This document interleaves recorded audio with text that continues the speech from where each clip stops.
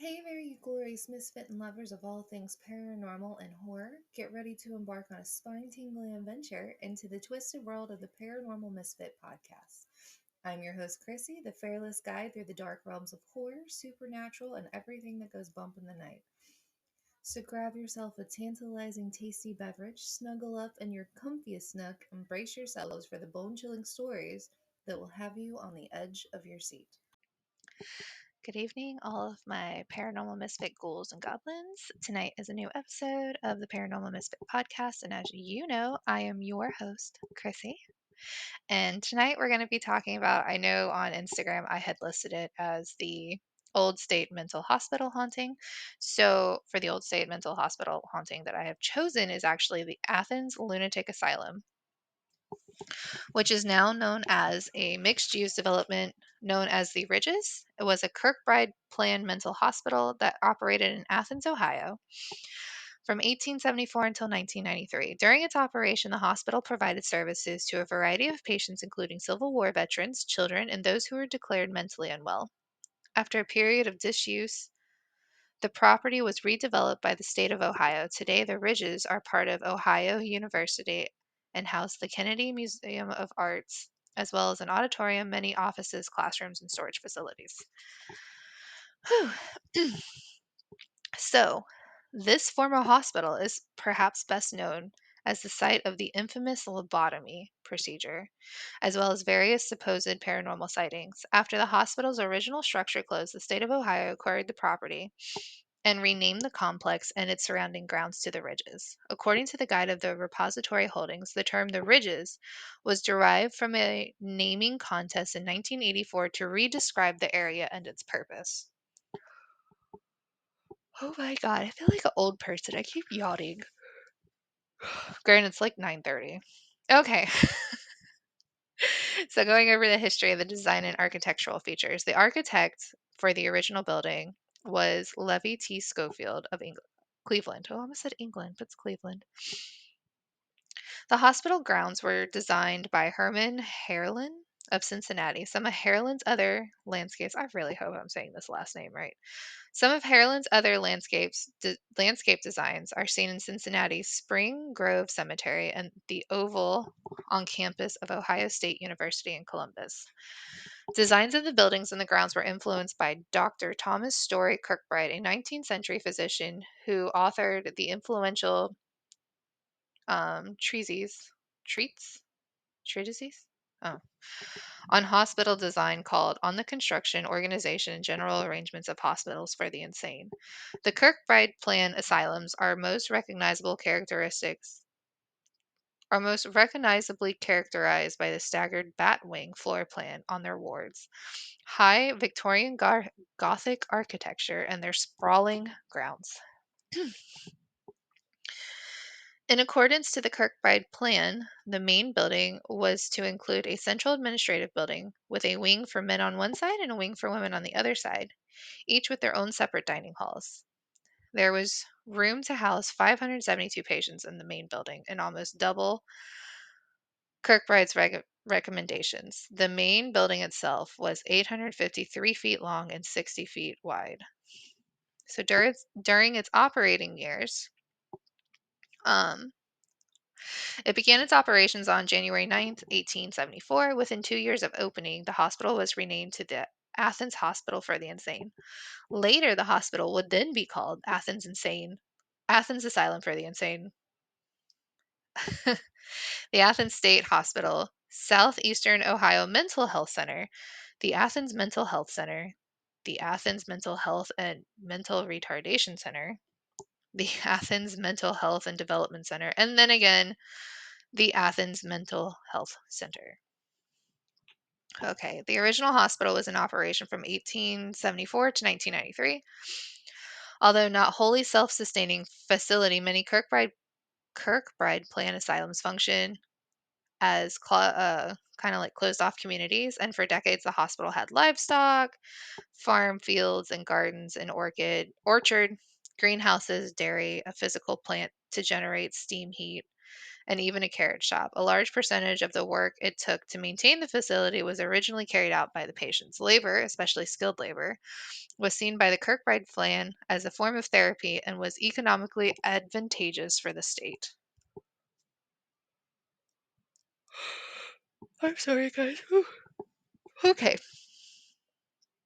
So, the first patient of the asylum was a 14-year-old girl with epilepsy who was thought to be possessed. Oh my God.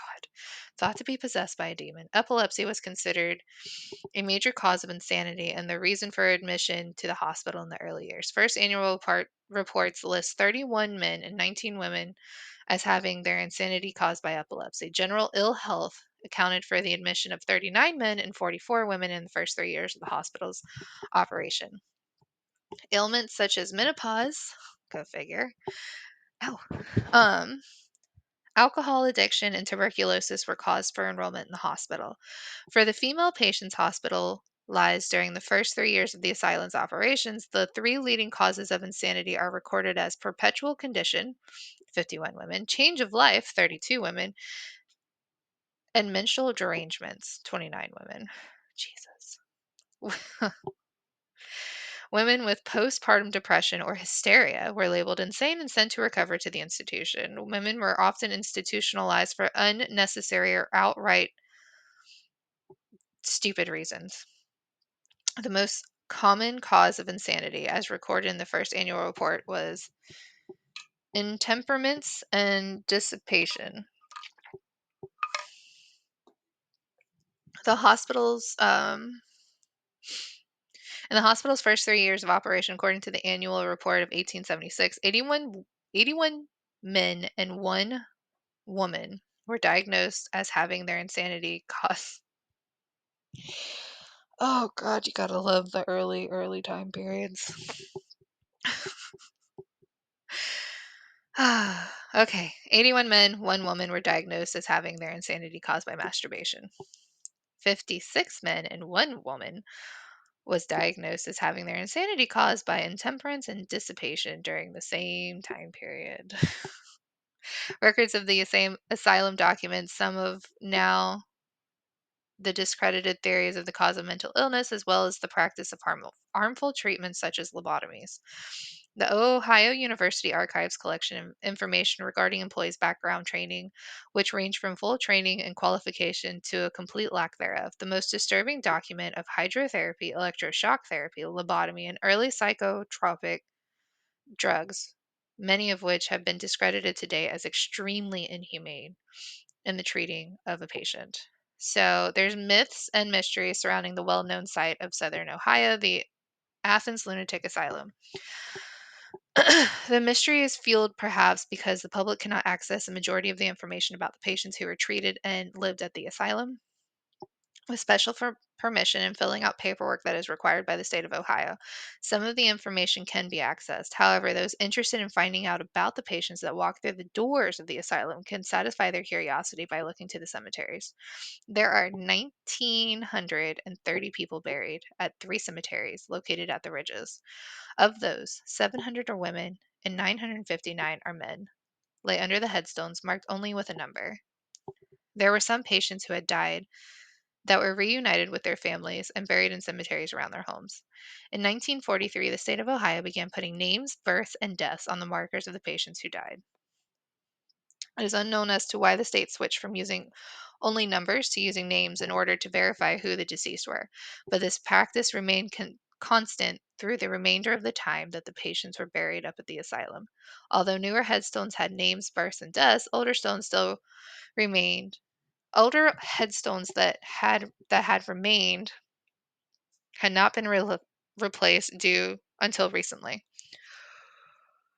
Oh my God, that was a struggle. By the 1980s, the state no longer took care of the cemeteries, which made it easy for outsiders to vandalize them. Natural occurrences also caused damage. The stone marking where patients were buried were in desperate need of repair. They were left to the elements, and hundreds of stones were left uprooted and broken. Beginning in 2000, the Athens, Ohio chapter of the National Alliance of Mental Illness, which, by the way, guys, if you know anything about the NAMI, they have walks all over the United States. I know the one for Florida is happening in September, and honestly, it's one of it's a great nonprofit. Um, Started the reclamation for the cemeteries, taking on the work that was once the responsibility of the Ohio Department of Mental Health. Oh, sorry guys, excuse me. NAMI, Athens, worked to help restore the cemeteries at the asylum to its original state. The organization got involved with other groups and organizations in a major effort to restore, beautify, and demystify the three mental health graveyards located on the grounds of the old psychiatric hospital complex on the ridges. Let's see. Since the takeover, more information has been found about the patients that are buried in the three cemeteries.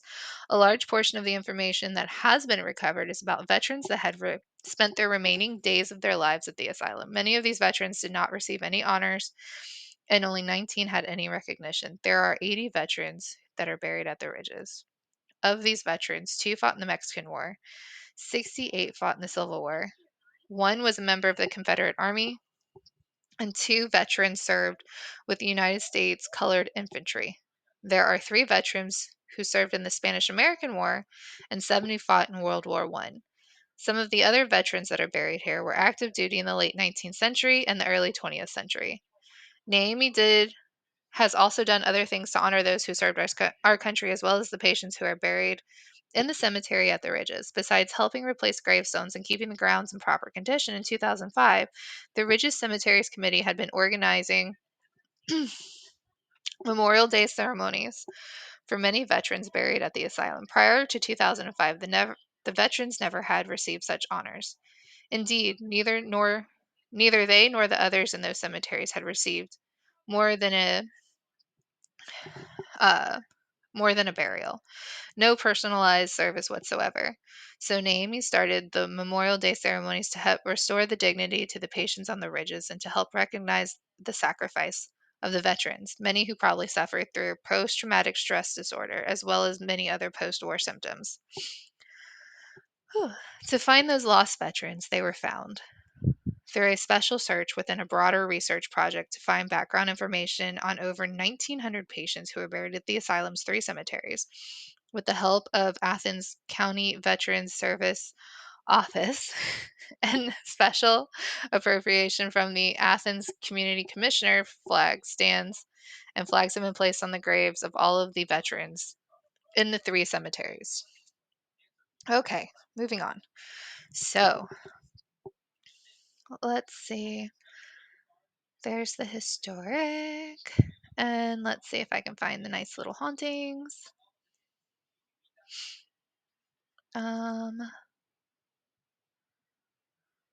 Lots of that. There's the pictures. Okay, yep, here we go. Let's see. Okay, so in 1977, Athens Insane Asylum made news when it housed multiple personality rapist Billy Mulligan. In a highly publicized court case, Milligan was found to have committed several felonies, including armed robbery, kidnapping, and 3 rapes in Ohio State University campus. In preparing for his defense, psychologists diagnosed Mulligan with a multiple personality disorder from which the doctor said he suffered from an early childhood. He was the first person diagnosed with a multiple personality disorder to raise such a defense and the first acquitted of a major crime for this reason. Milligan was then sent to a series of state-run mental hospitals, including Athens. While at these hospitals, Milligan reported to have 10 different personalities. Later, 14 more personalities were said to have been discovered. After a decade, Milligan was discharged. He died of cancer at a nursing home in Columbus, Ohio, on December 12, 2014. The next year, the hospital made news again with a patient named Margaret Shilling, disappearing December 1st, 1978. It wasn't until January 12th, 1979, 42 days later, that her body was discovered by the maintenance worker in a locked, long abandoned ward once used to house patients with infectious illnesses. Through tests showed that she died of heart failure. She was completely naked, her clothing neatly folded next to her body. More interesting is the permanent stain that her body left behind. Clearly, an imprint of her hair and body can still be seen on the floor, and even numerous attempts have been made to remove it. Um, so they officially closed in 1993, transferring the remaining patients to other facilities. And then it was uh, renamed the Ridges, and 2001 was when the renovation work started. So one of the most famous ghosts is that of Margaret Shilling, obviously, who left her body print upon the hospital floor. Her spirit is said to have appeared staring down from the window of the room of where her body was found, has been seen attempting to escape, and has been known to wander various parts of the building at night. According to some, she is not alone. Other former patients are also said to remain in the residence, with reports from visitors seeing strange figures standing in the empty wings of the former hospital, hearing disembodied voices and squeaky gurneys, seeing strange lights and hearing screams echoing through the walls. More frightening, there are rumors of spirits of patients who remain shackled in the basement. Many spirits are thought to be the ones who died or suffered at the hands of the staff of the asylum. The cemetery is also said to be haunted by shadowy people and strange lights. In one area, the grave's linear shapes form a circle, which is said to be a witch's meeting point. Um, Here's some more. Let's see. Kirkbride, reasons for patients to be admitted, cemeteries. Asbestos were in the walls. um, oh, there's the picture of the lady's body. Well, not the body, but the imprint her body left. Um, there we go. Okay, many people claim both the former asylum and cemeteries are haunted, but there are more recent haunting as well. In fact, that part of the area used to be, oh God, of course. The fact that part of the area used to be an Indian burial ground makes it even more spooky. Some of the buildings are still vacant, but who knows what ghosts are lurking there. So the main building. The main building is now called Lynn Hall. Today it houses music, geology, biotechnology offices, as well as the Kennedy Museum of Arts. Strange figures have been seen roaming around the old floors. Others have heard disembodied voices, footsteps, and screaming. Most appealing to the imagination is the basement. Some claim severely disabled patients were chained in this dungeon like place. Some say they even hear the chains being pulled. There's no evidence that there were patients ever chained to the walls, but arches in the basement arches in the basement sure look creepy. The ghost of Margaret Shilling has been seen looking out the window from the place where she was found, and she's also been seen on other floors. Doors open and close by themselves. People hear footsteps when they are alone. People also feel the presence of others, and shadow people are frequently seen. A man with a long black coat creeps out students in the men's room for years. Um, let's see. Wilson Hall. Nearly all the buildings on the West Green are haunted. This is said where the Indian burial grounds were located. Wilson Hall is no exception. This is the most haunted dormitory on the campus. This hall is also right in the middle of a pentagram formed by several cemeteries in the Athens region. Oops, excuse me real quick.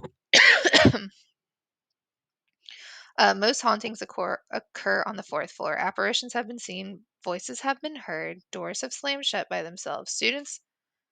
A student committed suicide in a room on the fourth floor. So there's the convo. The Convocation Center, or the Convo in short, is also located in the West Green area. This place is haunted by several ghosts, mostly in the dormitory part of the building. A resident assistant was supposedly killed by her boyfriend there. Now she roams the corridors. A student who died here in his sleep now tends to embrace other students while they're sleeping. Washington Hall. So, Washington Hall is in the East Green area, and the dormitory is allegedly haunted by the entire basketball team of high school girls. They were killed in a bus accident after they visited the university. Students have reported hearing running feet and bouncing basketballs. And I believe, did I touch it all? Let's see if there's any other scary spooks. Oh, wait, I did read this one, didn't I? Yep, the guide enclosure. Cemeteries. Margaret Shilling.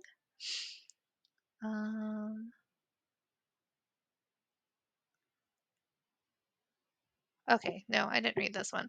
Other former patients are also said to have stayed behind, appearing as full-bodied apparitions standing in the empty wings of the former hospital. Disembodied voices and yells, squeaking gurneys, strange lights, and screams are also commonplace. Even more frightening, there are rumors that patients who were shackled to the basement for bad behavior still remain, so that's still a thing. The cemeteries are reportedly haunted as well. Shadow figures running and hiding behind trees and headstones are reported. And in one area, oh yeah, that's the thing about the witch's circle. Um,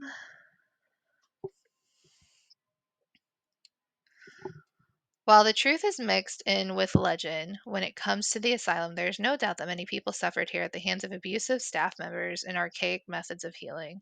Spirits who have died here were forgotten are the loudest, banging on the windows and the walls of the old asylum, wandering around the grounds, looking to catch attention from anyone who comes. Yep. So that concludes this episode on Athens Lunatic Asylum. Hold on. Athens Lunatic Asylum in Athens, Ohio. So if you're from Ohio, or if you visited Ohio and have visited this area or this asylum, let me know. Let me know what you thought. Let me know what you experienced. And with that, guys, I hope you have a great rest of your week. Alrighty, folks, it's time to bid you farewell for now, but fear not. I'll be back next Friday with even more mind-boggling tales that'll make you question everything you thought you knew about the world. So freaking awesome evening, sweet dreams if you dare. And don't forget to mark your calendars because the next thrilling episode of the Paranormal Misfit podcast is always a must listen.